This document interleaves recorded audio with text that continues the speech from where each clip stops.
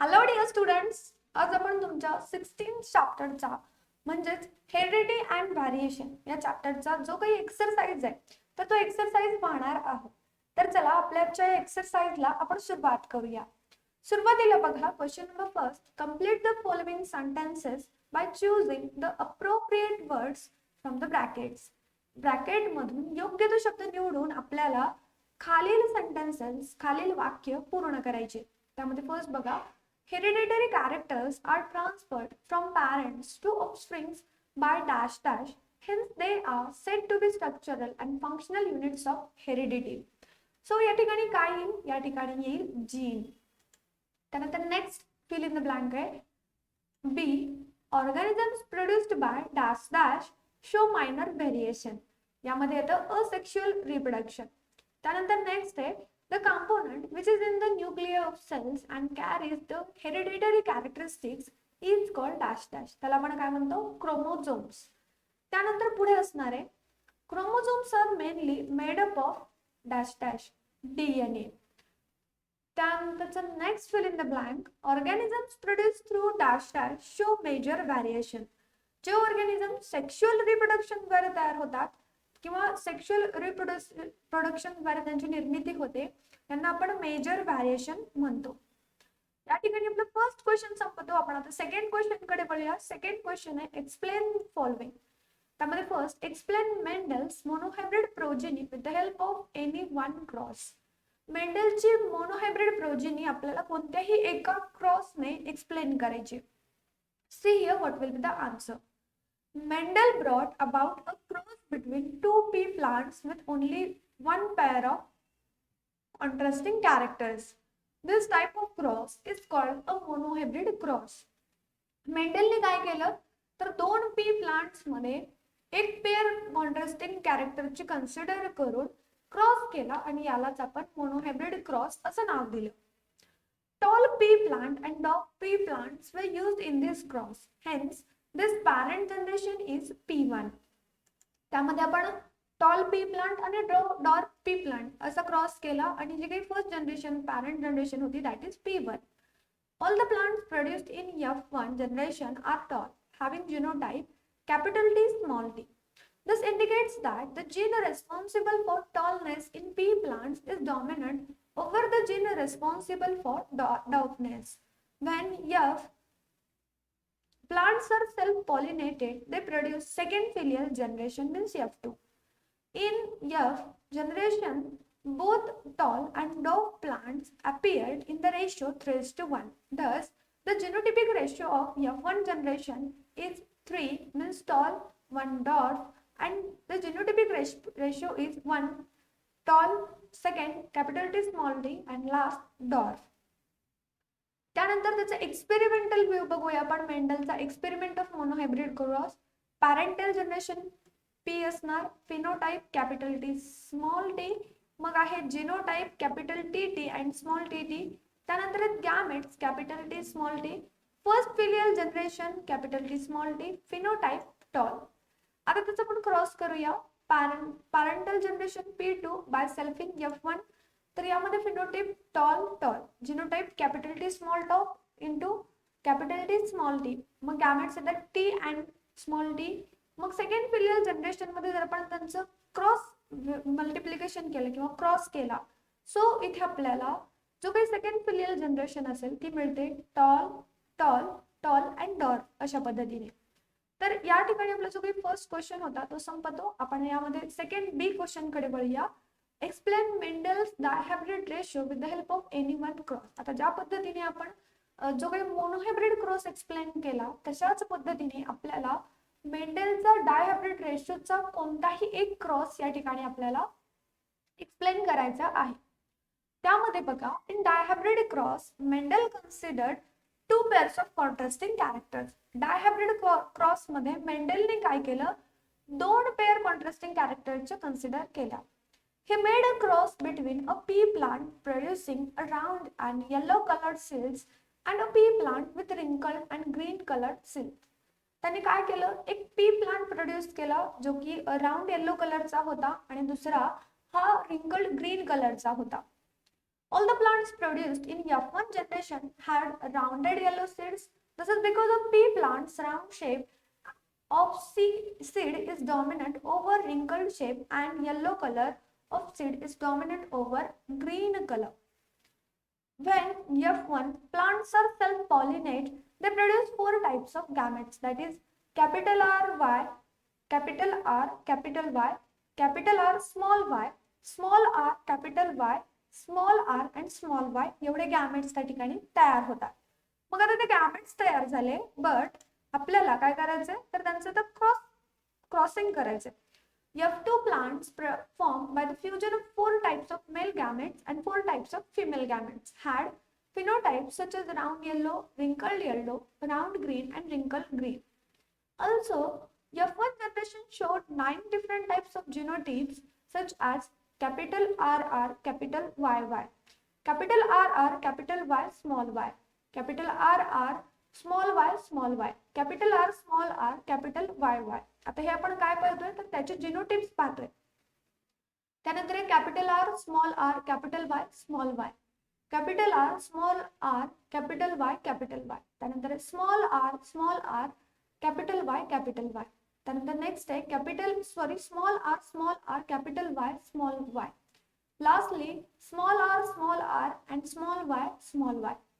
Phenotypic ratio of dihybrid cross is 9:3:3:1. The genotypic ratio of dihybrid cross is 1:2:2, 1:4:2:1:2:1. आता यांना लक्षात ठेवण्यासाठी तुम्हाला काय करावं लागेल तर 221, 242 आणि 221 असं लिहावं लागेल, ज्यामुळे जो काही जिनोटिपिक रेशो आहे तो तुमच्या लक्षात राहत नाही, तर कन्फ्यूज होऊन मग तो जो काही जिनोटिपिक रेशो आहे तो विसरून जाईल. आता या ठिकाणी बघा, या ठिकाणी मोनोहायब्रिड नव्हे तर या ठिकाणी डायहायब्रिड आहे. थोडंसं इथे करेक्शन आहे तर लक्षात घ्या. तर इथे डायहायब्रिड क्रॉसचं आपण काय करतो, एक्सपेरिमेंटली क्रॉस करतोय. So first parental generation phenotype आहेत येलो सीड्स आणि wrinkled green seeds, round yellow seeds and wrinkled green seeds अशा पद्धतीने. मग त्यांचे जिनोटाइप्स, त्यांचे गॅमेट्स, मग फर्स्ट फिलियल जनरेशन त्यांचं फिनोटाइप, परत त्यांचं क्रॉस, सेकंड फिलियल जनरेशन, मग त्यांचं क्रॉसिंग इथे होईल आणि अशा पद्धतीने आपला जो काही 1 minute I will show you betterly.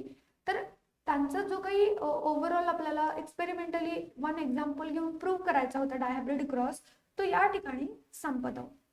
त्यानंतरचा नेक्स्ट क्वेश्चन असणार आहे आपला C, distinguish between monohybrid and dihybrid cross. आपल्याला मोनोहायब्रिड आणि डायहायब्रिड क्रॉस मध्ये डिस्टिंग्विश करायचा आहे. यामध्ये बघा, मोनोहायब्रिड क्रॉस आणि डायहायब्रिड क्रॉस मध्ये मोनोहायब्रिड क्रॉस मधला first point, cross involving a single pair of contrasting characters is called monohybrid cross. असा क्रॉस ज्यामध्ये सिंगल पेअर ऑफ कॅरेक्टर आहे त्यालाच आपण मोनोहायब्रिड क्रॉस म्हणतो. याउलट डायहायब्रिड क्रॉस काय आहे तर cross involving 2 pairs of contrasting characters is called dihybrid cross. असा क्रॉस ज्यामध्ये 2 पेअर ऑफ कॉन्ट्रास्टिंग कॅरेक्टर्स आहेत त्यालाच आपण डायहायब्रिड क्रॉस असं म्हणतो. त्यानंतरचा second characters from monohybrid cross, that is F1 plants of monohybrid cross produce 2 types of gametes. जे काही F1 प्लांट्स आहेत मोनोहायब्रिड क्रॉसचे तर ते 2 टाइपचे गॅमेट प्रोड्यूस करतात. सेकंड कॅरेक्टर और जे काही सेकंड पॉइंट आहे डायहायब्रिड क्रॉसचा तो लक्षात घ्या. F1 plants of dihybrid cross produce 4 types of gametes. जे काही F1 प्लांट्स आहेत डायहायब्रिड क्रॉसचे तर ते 4 प्रकारचे गॅमेट्स प्रोड्यूस करतात, बट मोनोहायब्रिड क्रॉस मध्ये फक्त 2 प्रकारचे गॅमेट्स ते प्रोड्यूस करतात.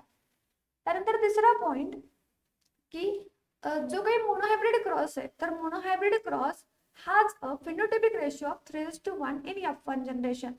तर मोनोहायब्रिड क्रॉस मध्ये त्याचा फिनोटिपिक रेशिओ हा 3:1 असणार, but in dihybrid cross it has a phenotypic ratio 9:3:3:1 in F2 generation. Okay, तर अशा पद्धतीने त्यांच्यामधला जो काही डिफरन्सिएशन होता तो आपण केलेला, तो लक्षात घेतलेला. त्यानंतरचा नेक्स्ट क्वेश्चन आहे D, is it right to avoid living with a person suffering from a genetic disorder? For example बघा, या ठिकाणी आता एखाद्या पर्सनला जेनेटिक डिसऑर्डर आहे आणि त्याच्यासोबत राहणं किंवा त्याच्यासोबत राहणं जर आपण टाळतोय तर ते बरोबर आहे का तर नाही. का नाही त्यामागचं कारण बघा. It is not right to avoid living with a person suffering from genetic disorder. एखाद्या व्यक्तीला जेनेटिक डिसऑर्डर होतोय तर त्याच्यासोबत राहणं टाळणं हे चुकीचं आहे. जेनेटिक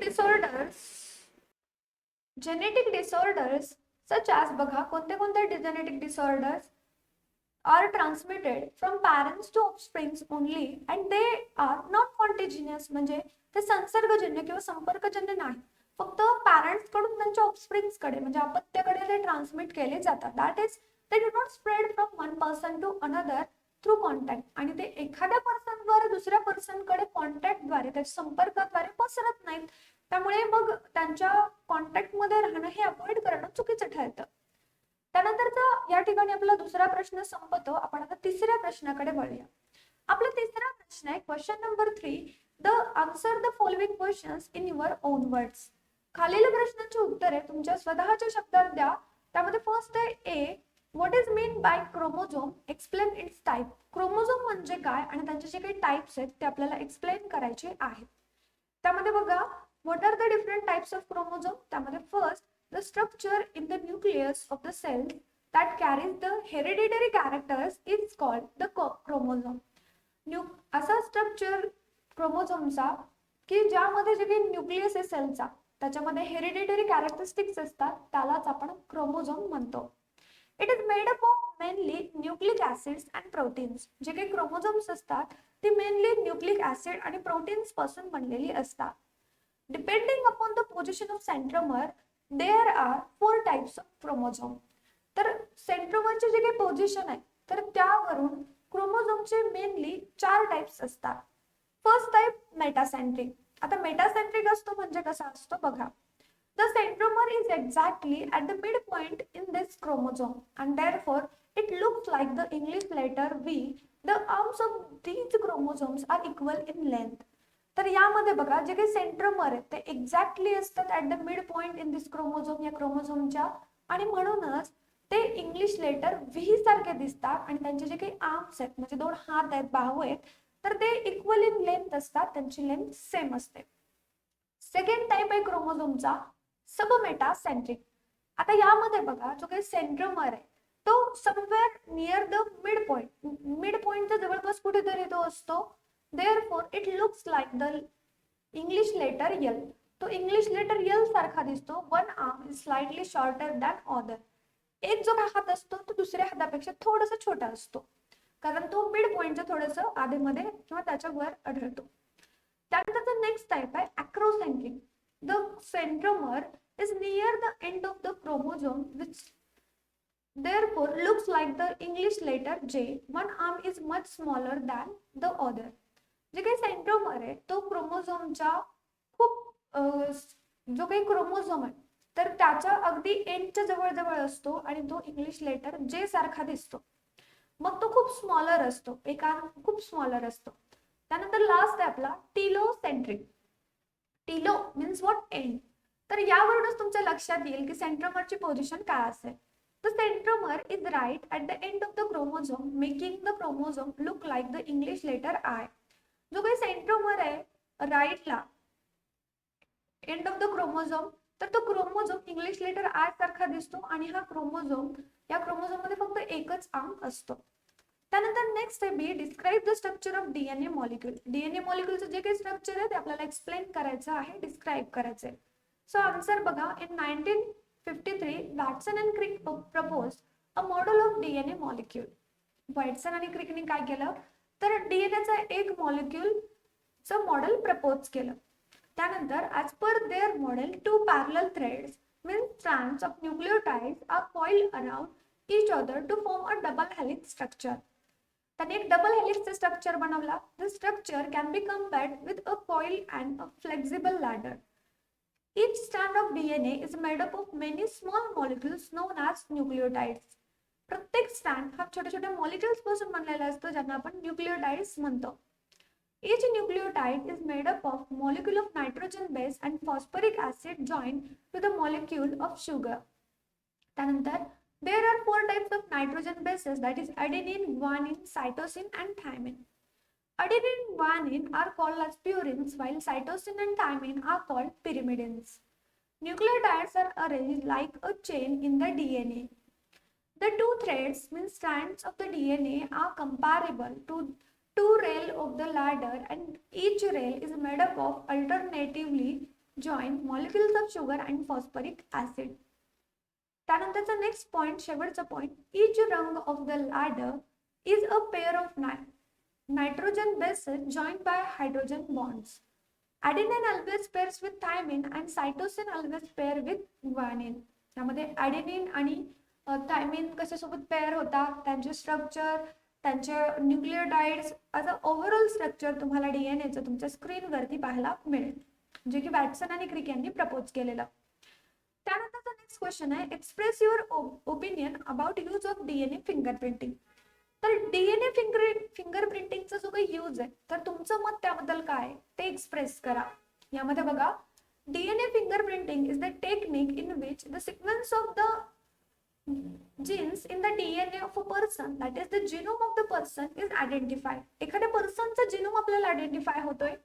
त्यानंतर this technique is useful to identify the lineage and to identify criminals because it is unique to every person. या टेक्निक मुळे काय होतं, जे काही आजार आहेत किंवा एखादा क्रिमिनल आहे तर त्याला आयडेंटिफाय करणं खूप इझी जातं, कारण प्रत्येक पर्सनचा युनिक असा जीनोम असतो, DNA असतो. It is also useful to identify paternity and maternity disputes etc. आणि मग पॅरेंटचे आणि पॅटर्निटी आणि मॅटर्निटी म्हणजे फादर आणि मदरचे जे काही युजफुल डिस्प्यूट आहेत तर ते सुद्धा आपल्याला लक्षात येतात. त्यानंतर this technique was developed by professor of genetics sir Alec Jeffrey. तर अलेक जेफ्रे या प्रोफेसरनी ही टेक्निक डेव्हलप केलेली. A common method of collecting reference sample is in the use of a buccal swab. If this is not available, blood or saliva or hair sample may be used. तर ही DNA fingerprinting करण्यासाठी blood घेतलं जातं, किंवा हे पण available नसेल, genome available नसेल तर ब्लड, सलाइवा आणि हेअर सॅम्पल सुद्धा चालतो. Just like your actual fingerprint, your DNA fingerprint is something that you are born with and it is unique to you. ज्या पद्धतीने प्रत्येकाचे फिंगरप्रिंट्स वेगवेगळे असतात, तर तशाच पद्धतीने हे जे काही डीएनए फिंगरप्रिंट्स असतात तर ते सुद्धा प्रत्येकाचे वेगवेगळे असतात आणि त्याच्यासोबतच तुमचा जन्म झालेला असतो. DNA fingerprint is very useful in forensic science. जे काही फॉरेन्सिक सायन्स आहे त्याच्यामध्ये हे डीएनए फिंगरप्रिंटिंग खूप युजफुल आहे. त्यानंतर पुढे बघा, explain the structure, function and types of RNA. आरएनएचे जे काही स्ट्रक्चर आहे, फंक्शन आणि त्याचे टाइप्स आहेत ते आपल्याला या ठिकाणी एक्सप्लेन करायचे आहे. फर्स्ट टाइप आहे रायबोन्यूक्लिक ऍसिड. म्हणजे आरएनएचं फुल फॉर्म काय, रायबोन्यूक्लिक ऍसिड. सो बघा त्याच्याबद्दल माहिती आणि मग आपण त्याचे जे काही टाइप्स आहेत, त्यांचे फंक्शन आहे ते लक्षात घेऊया. Ribonucleic acid, RNA is an important nucleic acid of the cell. RNA is made up of ribose, sugar, phosphate molecules and 4 types of nitrogen bases, that is adenine, guanine, cytosine and uracil. The nucleotide, that is smallest unit of the chain of the RNA molecule, is formed by combination of the ribose sugar, phosphate molecule and one of the nitrogen bases. Large number of nucleotides are bonded together to form the macromolecule of RNA. RNA performs the function of protein synthesis. According to function, there are 3 types of RNA. त्या ठिकाणी RNA चे 3 types असतात. First, रायबोसोमल RNA, ज्याला आपण rRNA म्हणतो. It is the component of cellular organelle ribosome. Ribosomes perform the function of protein synthesis. तर हे जे काही रायबोसोमल RNA आहेत तर ते प्रोटीन सिंथेसिस करतात. सेकंड टाइप आहे RNA चा, दॅट इज मेसेंजर RNA, ज्याला आपण mRNA म्हणून ओळखतो. It carries the information of protein synthesis from genes. तर हे डीएनए सेगमेंट सेल न्यूक्लियस पासून दुसरीकडे घेऊन जातात, ज्याच्यामध्ये प्रोटीन सिंथेसिसची इन्फॉर्मेशन असते, to ribosomes in the cytoplasm which produce the proteins. तर ते रायबोसोम्स कडे घेऊन जातात, ज्याच्यामध्ये प्रोटीन सिंथेसिसची इन्फॉर्मेशन असते. लास्टली, ट्रान्सफर आरएनए, ज्याला आपण टीआरएनए म्हणतो. It carries the amino acid up to the ribosomes as per the message of the mRNA. तर हे काय करतात, अमिनो ऍसिड कॅरी करतात मेसेज घेऊन जाण्यासाठी mRNA पर्यंत. नेक्स्ट आहे, why is it necessary for people to have their blood examined before marriage. तर लग्नाच्या अगोदर, लग्नापूर्वी एकमेकांचं जे काही ब्लड टेस्ट असतात, ब्लड एक्झामाइन असतं, ते करणं गरजेचं काय? त्यामागचं कारण बघा. If people have their blood examined before marriage, the partners will know about possible genetic diseases that their children might inherit. So they may decide not to have children or not to get married. म्हणजे एखाद्या व्यक्तीमध्ये genetic disorder आहेत, मग त्या एखाद्या person सोबत जर त्या ज्या पर्सनला जेनेटिक डिसऑर्डर नाहीये त्याचं लग्न होत असेल, तर त्यांचे जे काही अपत्य असतील, त्यांचे जे काही ऑफस्प्रिंग असतील, मग त्यांच्यामध्ये ते ट्रान्समिट होण्याची शक्यता असते. मग ते योग्य तो डिसिजन घेऊ शकतील की त्यांना मुलं हवंय की नकोय, किंवा इव्हन ते लग्नच करणार आहेत की नाही, अशा पद्धतीचे ते डिसिजन घेऊ शकतात. Blood test before marriage are also done to check for any contagious disease in the partners. This will help to protect the partner from contagious disease like sexually transmitted diseases. म्हणजे blood taste, लग्नाच्या पूर्वी जे काही blood taste केल्या जातात त्यामध्ये आपल्या पार्टनरला, होणाऱ्या पार्टनरला कोणते कोणते संपर्कजन्य आजार आहेत का, त्यामुळे जे काही सेक्शुअली ट्रान्समिटेड डिसीज असतात लाईक ट्युबरक्युलोसिस आहे किंवा गोनोरिया आहे, तर असे आजार होण्यापासून कुठेतरी अवॉइड केलं जातं, कुठेतरी प्रतिबंध त्यावरती बसतो. त्यानंतरचा नेक्स्ट क्वेश्चन असणार आहे आपला, दॅट इज, आता या ठिकाणी आपला तिसरा प्रश्न संपतो, आपण पुढच्या प्रश्नाकडे वळूया. पुढचा प्रश्न आहे question number 4, right a note, brief note on each. खालील प्रत्येक विषयावरती एक थोडक्यामध्ये टिप लिहा. त्यामध्ये फर्स्ट आहे डाऊन सिंड्रोम. डाऊन सिंड्रोम बद्दल आपल्याला माहिती लिहायची आहे. First point, down syndrome is the disorder arising due to chromosomal abnormality. जो काही डाऊन सिंड्रोम आहे तो असा डिसऑर्डर आहे जो की क्रोमोसोमल ॲबनॉर्मॅलिटीमुळे निर्माण होतो. This is the first discovered and described chromosomal disorder in human beings. Human beings मध्ये सर्वात अगोदर पहिल्यांदा हा डिसऑर्डर डिस्कवर करण्यात आला आणि त्याबद्दलची माहिती डिस्क्राइब करण्यात आली. This disorder is characterized by presence of 47 chromosomes. It is described as the trisomy of 21st pair. हा डिसऑर्डर फक्त 47 क्रोमोझोम असल्यामुळेच होतो आणि महत्त्वाची गोष्ट म्हणजे काय, तर याला ट्रायझोमी किंवा 21st पेअरची ट्रायझोमी सुद्धा म्हणून ओळखलं जातं. Infants with their disorder have one extra chromosome with the 21st pair in every cell of the body. Therefore, they have 47 chromosomes instead of 46. तर ह्युमन बॉडीच्या प्रत्येक सेलमध्ये 46 क्रोमोझोम्स असतात, बट जे काही डाऊन सिंड्रोम असणारे पर्सन आहेत तर त्यांच्यामध्ये, त्यांच्या सेलमध्ये, प्रत्येक सेलमध्ये 47 क्रोमोझोम्स असतात ईच. आणि त्याचबरोबर जे काही 21st पेअर असते तर त्याच्यामध्ये आपल्याला एक्स्ट्रा क्रोमोझोम आढळतो आणि त्याच्यामुळे हा डाऊन सिंड्रोम होतो. Children suffering from Down syndrome are usually mentally retarded and have a short lifespan. Mental retardation is the most prominent characteristics. जे काही चिल्ड्रन असतात ज्यांच्यामध्ये डाऊन सिंड्रोम असतो तर ते मेंटली रिटार्डेड असतात, त्यांचा जो काही लाईफ स्पॅन आहे तो सुद्धा शॉर्ट असतो आणि मेंटल रिटार्डेशन हा त्यांच्यामधला प्रॉमिनंट कॅरेक्टरिस्टिक्स असतो. त्यानंतर पुढे बघा, other symptoms include short height, short wide neck, flat nose, short fingers, scanty hair, single horizontal crease on palm and a life expectancy of about 16 to 20 years. तर त्यांचे जे काही सिम्पटम्स असतात त्याच्यामध्ये त्यांची हाईट शॉर्ट असते, त्यांचे शॉर्ट वाईड नेक असते, फ्लॅट नोज असतं, शॉर्ट फिंगर्स असतात, स्कॅन्टी म्हणजे खूप वेगवेगळ्या टाईपचे हेअर्स असतात, हॉरिझॉन्टल क्रीज असतो त्यांच्या पाम वरती, आणि त्यांची जी काही लाईफ एक्सपेक्टन्सी ती अबाउट 60 to 20 इयर्स एवढीच असते. त्यानंतर आपल्याला शॉर्ट नोट लिहायची आहे मोनोजेनिक डिसऑर्डर्स वरती. आता मोनोजेनिक डिसऑर्डर्स काय आहेत बघा. त्यामध्ये फर्स्टली बघा, disorders occurring due to mutation in single gene into defective one are called monogenic disorder. म्हणजे असे डिसऑर्डर ज्या डिसऑर्डर मध्ये काय होतं तर सिंगल जीन आहे किंवा म्युटेशन होतं अचानकपणे, त्या जीनच्या रचनेमध्ये अचानकपणे चेंजेस होतात तर त्याला आपण म्युटेशन म्हणतो, तर त्याला आपण मोनोजेनिक डिसऑर्डर्स म्हणतो. Approximately 4000 disorders of this type are now known. जवळजवळ 4000 असे डिसऑर्डर्स आता सध्या आपल्याला ठाऊक आहेत, माहित आहेत. Due to abnormal genes their products are either produced in insufficient quantity or not produced at all. तर अबनॉर्मल जीन्समुळे त्यांचे जे काही प्रोडक्ट्स आहेत तर ते सफिशियंट क्वांटिटीमध्ये आहे किंवा ते निर्माणच झाले नाही. It causes abnormal metabolism and may lead to the death at the tender age. यामुळे abnormal मेटाबॉलिझम होतात बॉडीचं, एवढंच नव्हे तर एका एज नंतर त्याचं डेथ सुद्धा त्या ठिकाणी होऊ शकते. Examples of monogenic disorder: Hutchinson disease, Tay-Sachs disease, galactosaemia, phenylketonuria, sickle cell anaemia, cystic fibrosis, albinism, haemophilia, night blindness असे आजार त्यामध्ये इन्क्लुडेड आहेत. त्यानंतरचा नेक्स्ट आहे sickle cell anaemia symptoms and treatment. जे काही सिकल सेल अॅनिमिया आहे त्याचे सिम्पटम्स काय आणि त्याची ट्रीटमेंट काय. See here. Sickle cell anemia is a hereditary disease caused due to mutation in a single gene. It is a monogenic disorder. So एका single gene मध्ये चेंज होतोय म्हणून आपण त्याला मोनोजेनिक म्हणतोय. Normal hemoglobin has glutamic acid as the sixth amino acid in its molecular structure.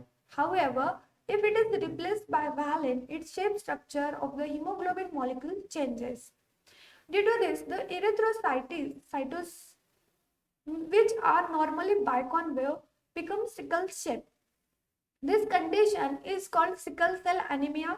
The oxygen carrying capacity of hemoglobin in such individuals is very low. जी काही oxygen carrying capacity असते या sickle sale अॅनिमिक पर्सनची ती खूप कमी असते.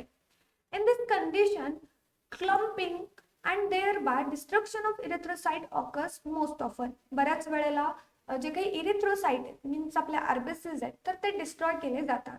As a result, blood vessels are obstructed and the circulatory system, brain, lungs, kidneys, etc. are damaged.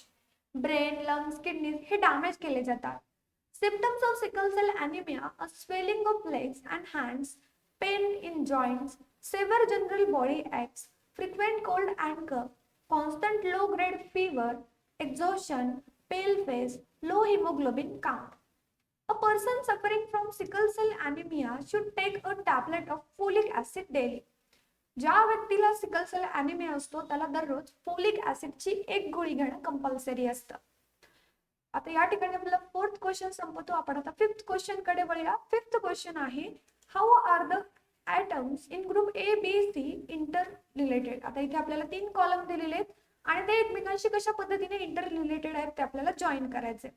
First बघा Leber hereditary optic neuropathy mitochondrial disorder आहे. So this disorder arises during development of zygote. Second आहे diabetes. Diabetic is a polygenic disorder effect on blood glucose level. त्यानंतर next आहे albinism. This is a monogenic disorder. यामध्ये pale skin होते, white hairs होतात. त्यानंतरचा next आहे Turner syndrome means 45+ X chromosome woman are sterile. त्यानंतर आहे क्लिनफिल्टर syndrome. त्यामध्ये 44+ XXY इतके क्रोमोझोम्स असतात आणि जे काही मेन आहेत तर ते मेन स्टराईल असतात. या ठिकाणी आपला फिफ्थ क्वेश्चन पण संपतो. आपण आता सिक्स्थ क्वेश्चन कडे वळूया. सिक्स्थ क्वेश्चन आहे filling the blanks based on the given relationship. इथे जे काही रिलेशनशिप देण्यात आलेले आहेत तर त्यावरून रिकाम्या जागा भरा. त्यामध्ये बघा 44+X टर्नर सिंड्रोम. त्यानंतर आहे 44+ XXY क्लिनफिल्टर सिंड्रोम 3:1 मोनोहायब्रिड. त्यानंतर 9:3:3:1 this is the ratio of dihybrid cross.